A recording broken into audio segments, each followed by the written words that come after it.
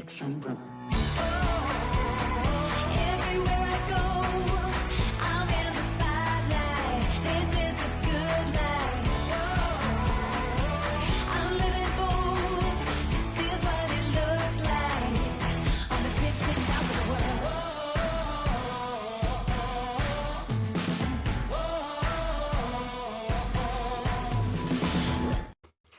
This week, the European Union, through the European Commission, decided to repeal the Consortia Block Exemption Regulation, CBER, as some people say, the block exemption. So what does that mean? Is that a big deal? And probably the question you might have, is this the end of all alliances as we know it? Maybe not. Probably not. But we might see some changes this year. Let's dive into it and chat about this a little bit more.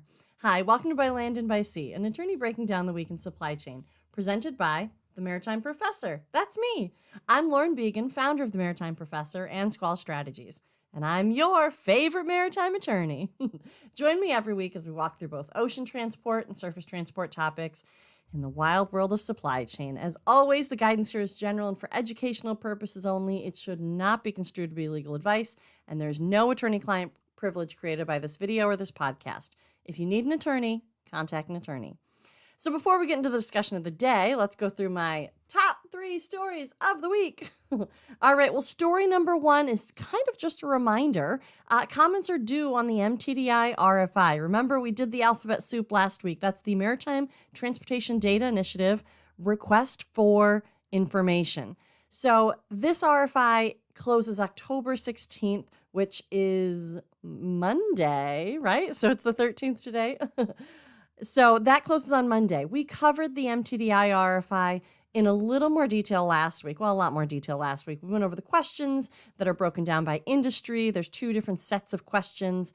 But if you have just general thoughts or comments on the MTDI and the report that came out, I think that's what they're looking for here. So obviously they'd like some response to the questions, but if you have just general thoughts, that's also what they're looking for. So go take a look at the regulations.gov posting for this. Again, this is the Maritime Transportation Data Initiative request for information. This is coming out of the Federal Maritime Commission. I should always say that, but we cover the FMC quite a bit. This is the initiative out of the FMC from Commissioner Carl Bensel's office was kind of behind this one. So take a look at it, see if it's something that you want to comment on. In general, I always encourage civic engagement, right? If the FMC is asking for comments, it's a great time to let them know what you think about what they're asking about. So they want to know more from the industry. This has to deal with maritime transportation data information. If you have thoughts on that, and really it affects everybody, go see if there's maybe some comments that you want to submit.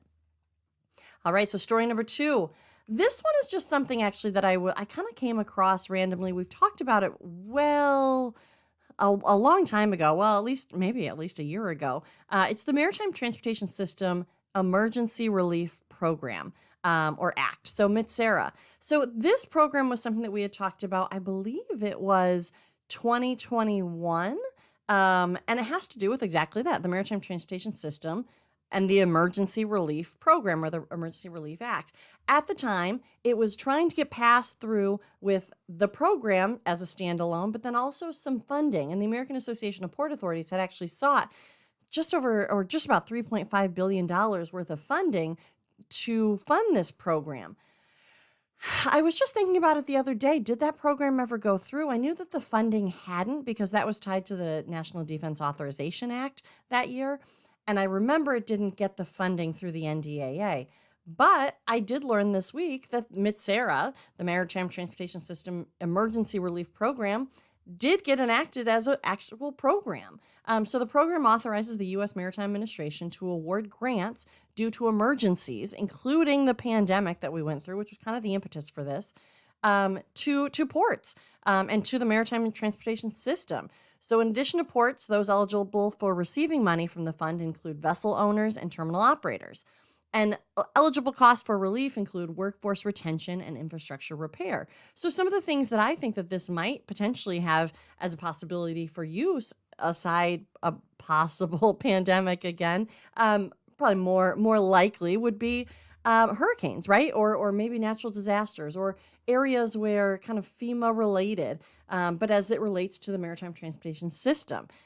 We've talked about, and anybody who's listening to this podcast knows how essential the supply chain is, how essential the maritime transportation system is to everyday life, especially here in the States, but across the world, that to not have a program like this seems a little bit risky. And so now we have a program, but it doesn't have much funding, or as I understand it, probably doesn't have any funding. So Maritime Transportation System Emergency Relief Program helps this sector of the supply chain that is so critically important that we certainly relied on during the pandemic to continue working through different emergency moments that might happen. So again, this is for ports, vessel owners, terminal operators.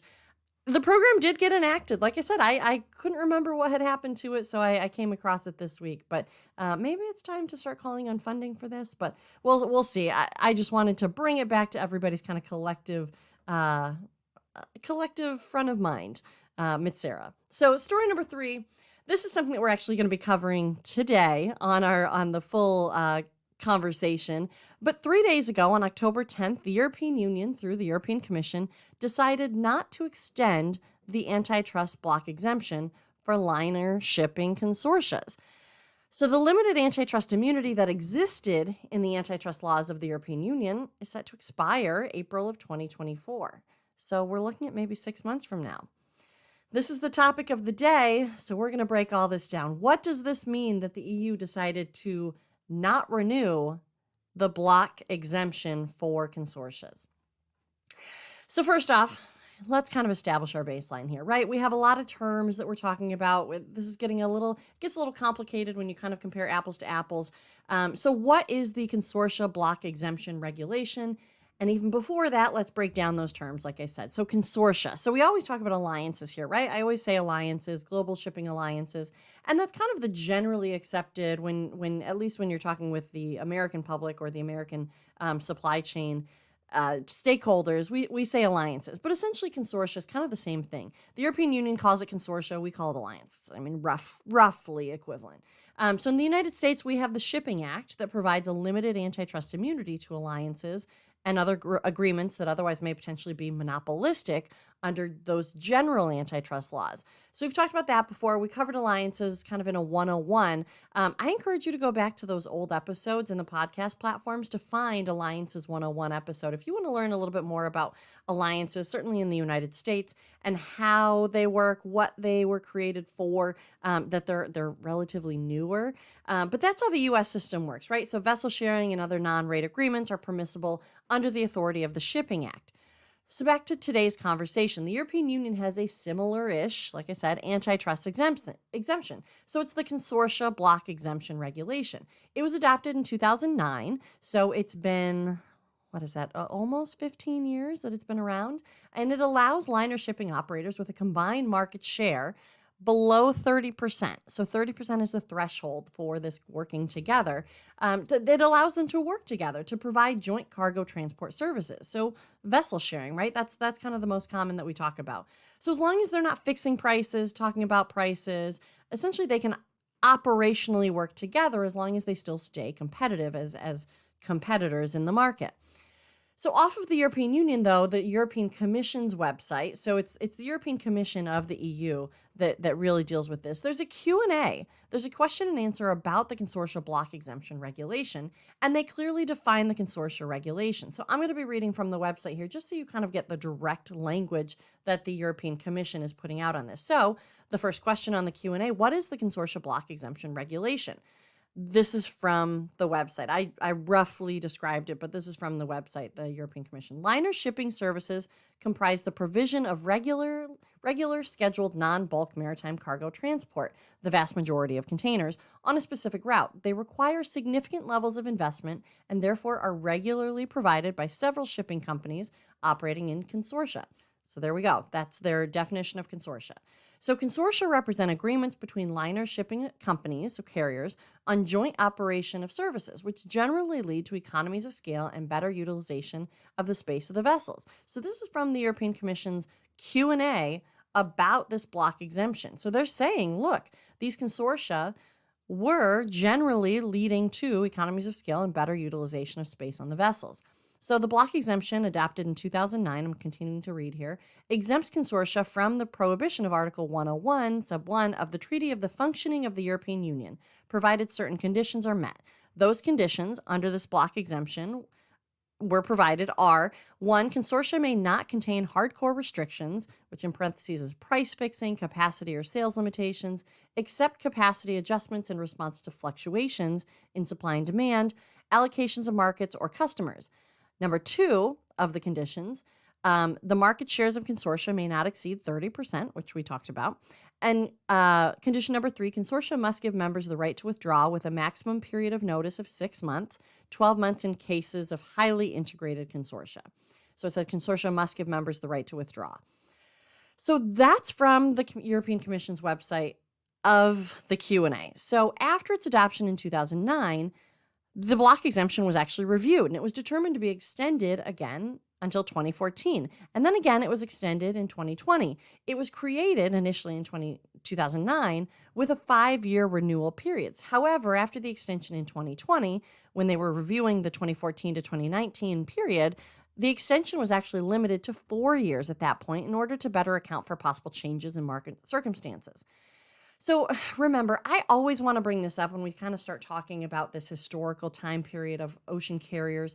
For a very long time, the industry didn't make any money. Look, it's hard to believe, right?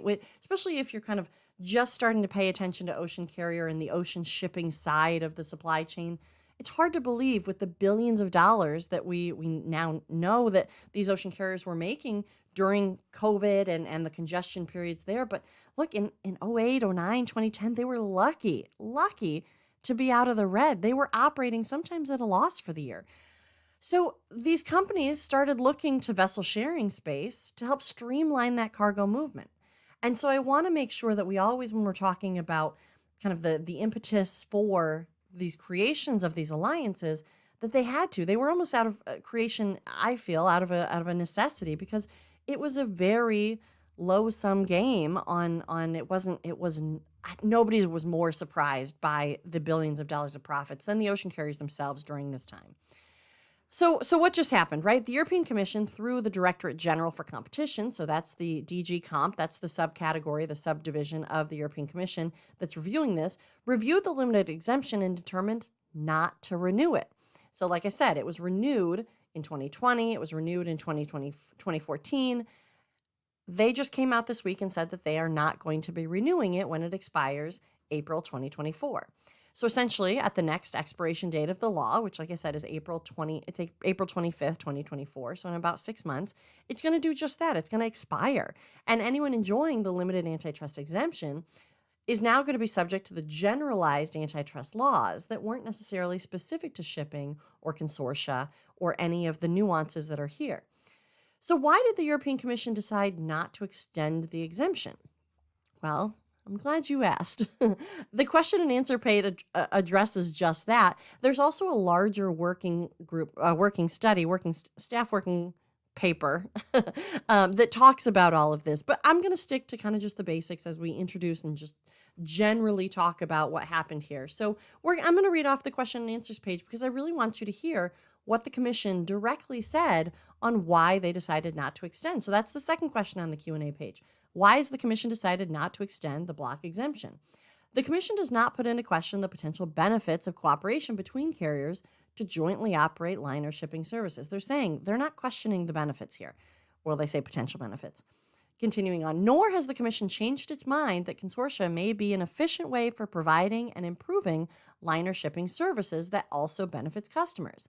However, since the block exemption was adopted in 2009, market developments in the liner shipping sector have shown that a dedicated block exemption regulation is no longer fit for purpose. So that's what they're saying. They're saying since it was adopted in 2009, markets shifted, and the European Commission is saying we don't think that this exemption, this block exemption, is serving its intended purpose. So continuing on, overall, the evidence collected from the relevant stakeholders and market participants points towards the low or limited effectiveness and efficiency of the block exemption through the 2020 to 2023 period. So that was a kind of funky time too, right? 2020 to 2023. This is being not renewed off of this recent funky time. And I would say 2020 to 2023, really 2020 to 2022, it was the wildest time that ocean shipping has, I mean, it feels a little overly, I don't know. It seems a little wild to say that that was the wildest time in all of history, but it certainly was a wild time for ocean shipping. So I'm going to continue on with the question and answer the answer here from the European Commission. Given the small number and profile of consortia falling within the scope of the block exemption, it's like saying given the small number and profile of consortia that actually utilize and benefit from the block exemption.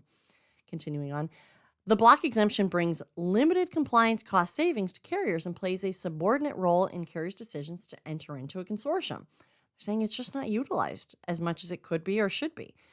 Continuing, over the evaluation period, the block exemption was no longer enabling smaller carriers to cooperate among each other and offer alternative services in competition with larger carriers.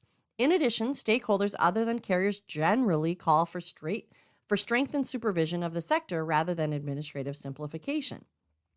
This tends to show that the balance between the needs of effective supervision and administrative simplification pursuant to Article 103 of the Treaty of the Functioning of the European Union, which originally supported the adoption of the block exemption, has shifted. So they're saying the initial intention of a efficient supervision and administrative simplification is no longer there. Continuing on, the expiration of the block exemption does not mean that consortia are prohibited in the European Union. That's an important sentence there. It says the expiration of the block exemption does not mean that consortia are prohibited in the European Union. It simply means that they are subject to the European Union antitrust rules that apply to all economic sectors. In particular, carriers would need to self-assess the effect of their cooperation under the guidance provided in the horizontal guidelines and the specialization block exemption regulation. The evaluation has shown that such guidance is well suited for the competition assessment of consortia as it better accounts for certain specific features of the liner shipping sector. For example, vertical integration of certain carriers, heterogeneity in the size of trade and carriers. I'm going to continue down the question and answer page. I'll certainly, like I said, be kind of pulling off and making comments as we go through this, but this is just really interesting question and answer, and they're giving a lot of information here. So without the block exemption, will carriers face legal uncertainty? This is question number 3 on the Q&A released from the European Commission on this block exemption repeal. So answering that question, the Commission says, the evaluation of the block exemption has shown that the regulation does not bring as much legal certainty as it aimed to. So the question was, will carriers face legal uncertainty? And they're saying the evaluation of the block exemption has shown that it actually didn't provide much legal certainty in itself. Continuing, most of the consortia active in the EU fall outside the scope of the block exemption. However, this has not deterred carriers from cooperating. The expiration of the block exemption does not mean that cooperation between carriers would be prohibited under Article 101 of the Treaty of the Functioning of the European Union. It only means that in the absence of a specific regime, carriers will self-assess compliance with Article 101 by using the extensive guidance provided in the horizontal guidelines, like we just talked about, which apply to all economic sectors. So, question number 4, will the Commission adopt sector-specific guidance after the expiration of the block exemption? They've kind of talked about this, but again, they answer it. The evaluation of the block exemption for the 2020 to 2023 period has not demonstrated a need for sector-specific guidance. That's what they're saying. This was an otherwise sector-specific. Now they're going to be removing it, and it's going to be these consortia and these alliances are going to be bumped into the all economic sectors. So continuing on with the answer, carriers operating to or from the EU will self-assess the compatibility of their cooperation agreements with EU antitrust rules based on the extensive guidance provided in the horizontal block exemption regulation and specialization block exemption regulation that apply to all economic sectors. So they're basically saying you're getting kicked back to the general antitrust rules. They have it. I mean, it's the horizontal block exemption and the specialization block exemption. But it's not sector specific for ocean shipping or consortia. So continuing on. Furthermore, the Commission's staff working document, and that's the document that I was talking about earlier, the Commission's staff working document summarizing the findings of the evaluation contains clarification on certain legal issues raised by stakeholders during the consultation activities. For example, on the applicability of the specialization block exemption regulation to consortia. So those last two questions are probably a little bit murkier. That's where that staff working document is going to be very helpful in determining what is compliant, what isn't. This uncertainty, it might be cleared up just by simply reading that staff working document and certainly reading the regulations included in the horizontal block exemption regulation and the specialization block exemption regulation of the European Union antitrust rules. So there's been some reactions from the industry already this week. Like I said, this was 3 days ago that this information came out. And the first one that I want to highlight is actually from the World Shipping Council. So they said in a LinkedIn post, we appreciate DG Comp's recognition of the many benefits of vessel sharing to European industry and consumers. Even if we disagree with the logic behind the decision to discontinue the block exemption, the shift to general EU antitrust rules will create a period of uncertainty as carriers adjust to the new legal structure. Nevertheless, vessel sharing agreements will remain a fully legal and supported way for carriers to ensure efficient and sustainable transport for Europe. And that was John Butler, President and CEO of the World Shipping Council. So there were also a few other articles that talked about this. From Lodestar, container shipping's loss of EU antitrust exemption may backfire on shippers, analysts warn.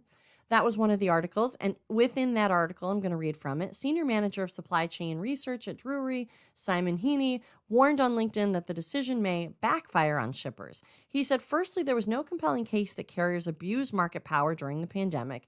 Such was the extraordinary impact of COVID on supply chains that freight rates would have soared with or without this block exemption. Secondly, the hoped-for increase in competition will be stymied by legal uncertainty and extra bureaucracy. So essentially, what this article was saying is that, look, shippers might be saying, oh, this is going to be great. Look, it's breaking up these alliances, at least as it relates to the European Union.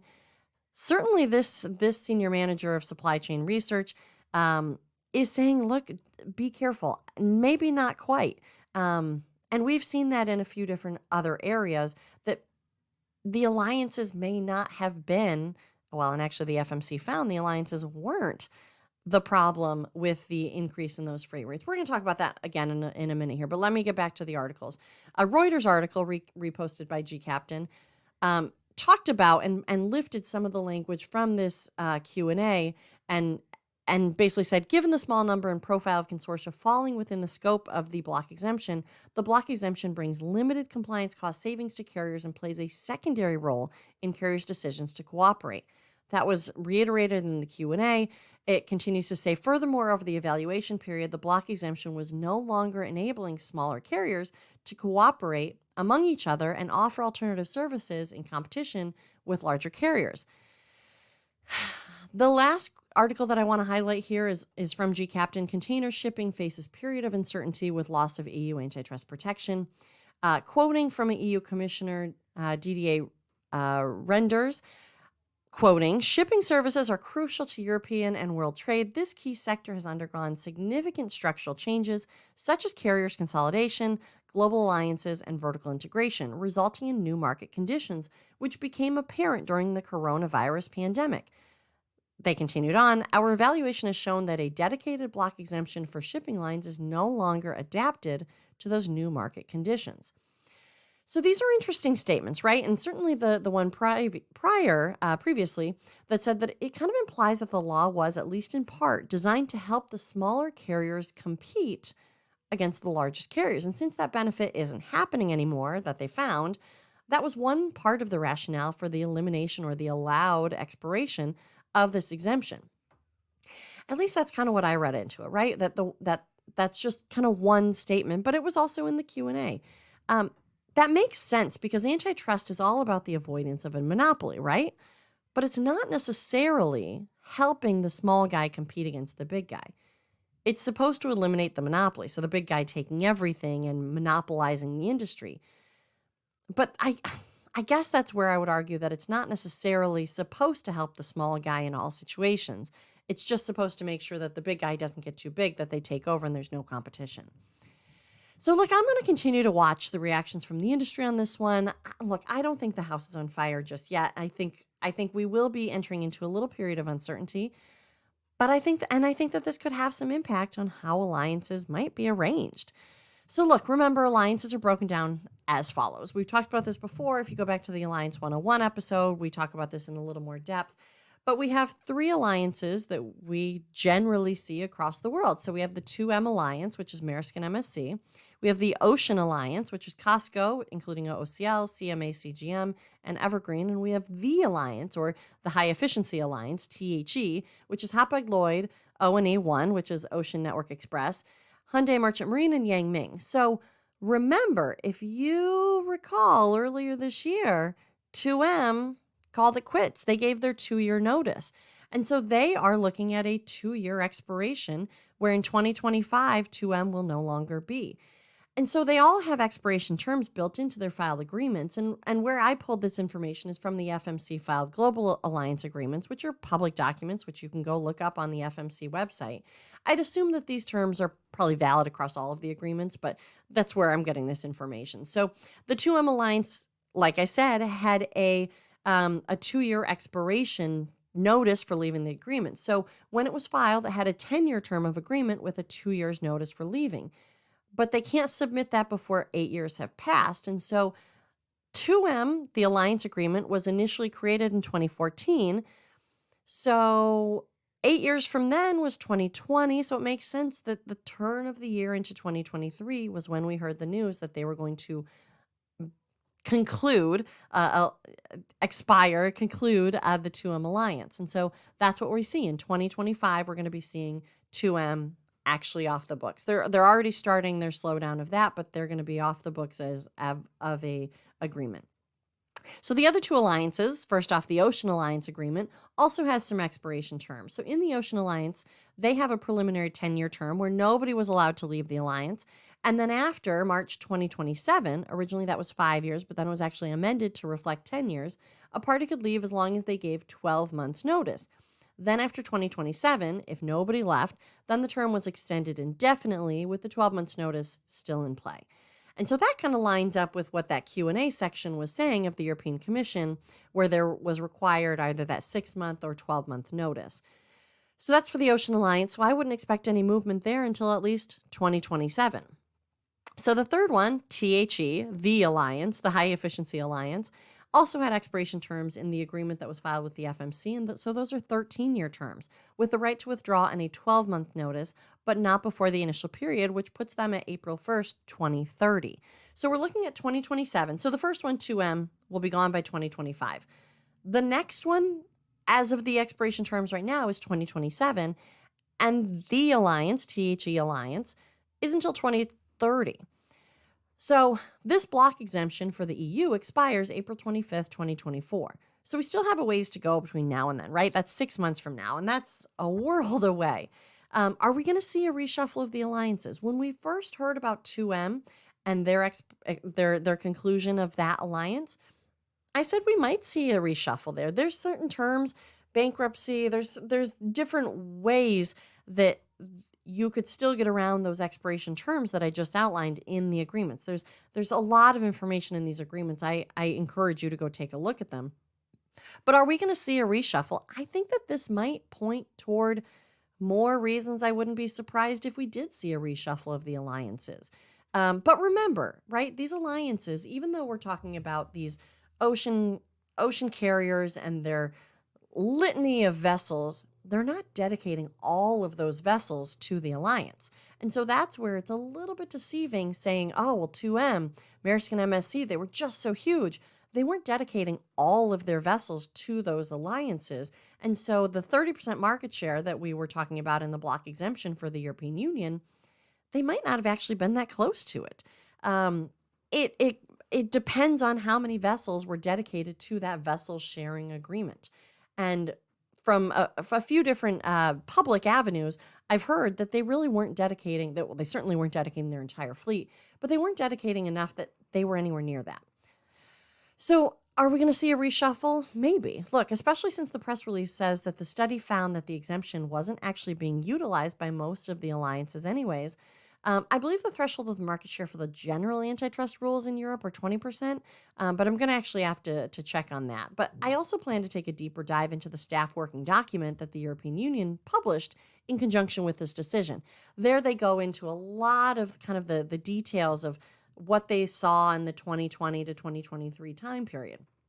Remember, even at the height of COVID, the alliances were found to have robust competition in the FMC study, right? That was through Commissioner Dye's report. So the smoking gun of the extortive freight rate increases wasn't really appropriately tied to the alliances, right? Interpretations of the applicability of charges.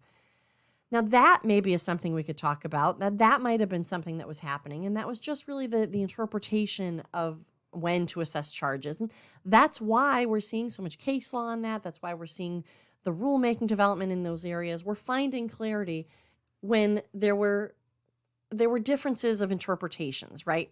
So the $20,000 freight rates, look, I don't think they can be attached to the bad guy alliances, right? If you want to call them bad guy alliances, that's not really an accurate description of what was happening there. And I've talked about that before. I wouldn't say that these alliances were bad guys, despite the president saying that he wanted to bop the foreign companies in the nose here.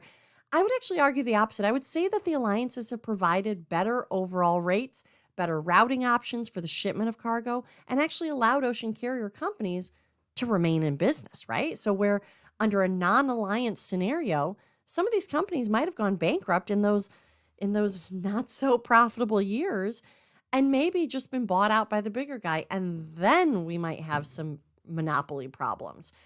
But these alliances have provided some really great benefits for the overall ocean carrier shipping world and just the supply chain generally.